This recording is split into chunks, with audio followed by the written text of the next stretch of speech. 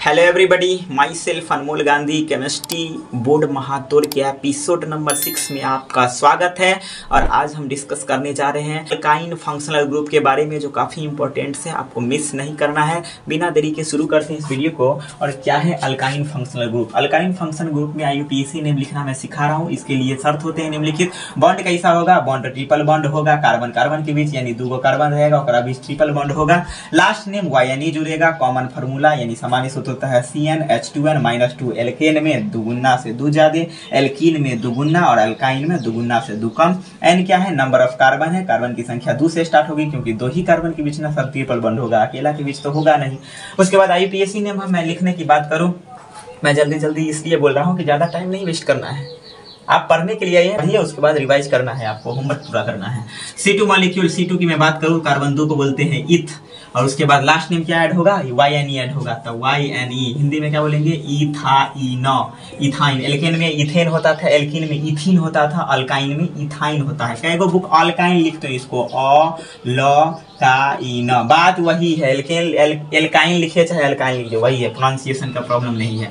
Structure formula की मैं बात करूं, संरचना सूत्र की, तो कार्बन 2 है तो 2 कार्बन लिख दिए। उसके बाद ट्रिपल बॉन्ड है तो ट्रिपल बॉन्ड लगा दिए। एक कार्बन के 3 बॉन्ड पूरा है तो एगो पूरा होगा तो H, एगो पूरा होगा तो H। उसके बाद मॉलिक्यूलर फार्मूला की मैं बात करूं, अनुसूत्र की, तो अनुसूत्र कहता है छोट लिखिए, तो 2 कार्बन और 2 हाइड्रोजन। फार्मूला लागू हो रहा है क्या? अच्छा, हाइड्रोजन की संख्या कार्बन की संख्या के दोगुना से 2 कम।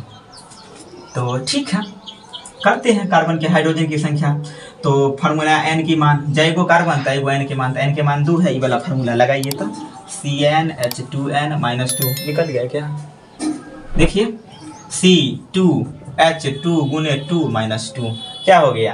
C2H4-2 यानी C2 और H2। अच्छा, फार्मूला तो निकल गया। यही जांच करने का तरीका है। उसके बाद हम थर्ड में अगर बात करें C3 का, तो C3 को बोलते हैं प्रोप। क्या बोलते हैं? C3 को प्रोप बोलते हैं। लास्ट में क्या ऐड करेंगे? YNE ऐड किए तो प्रोपाइन हो गया। स्ट्रक्चर फार्मूला कैसा होगा? 1 2 3 कोनो एक के तरफ ट्रिपल बॉन्ड जोड़ेंगे, तो 1 2 3 इधर जोड़ दिए तो इधर सिंगल, माने 1 और 3, एक बॉन्ड 4 गो पूरा हो गया। तो अब एक पूरा नहीं होगा, एक में 3 गो और लगेगा, एक में 1 और, तो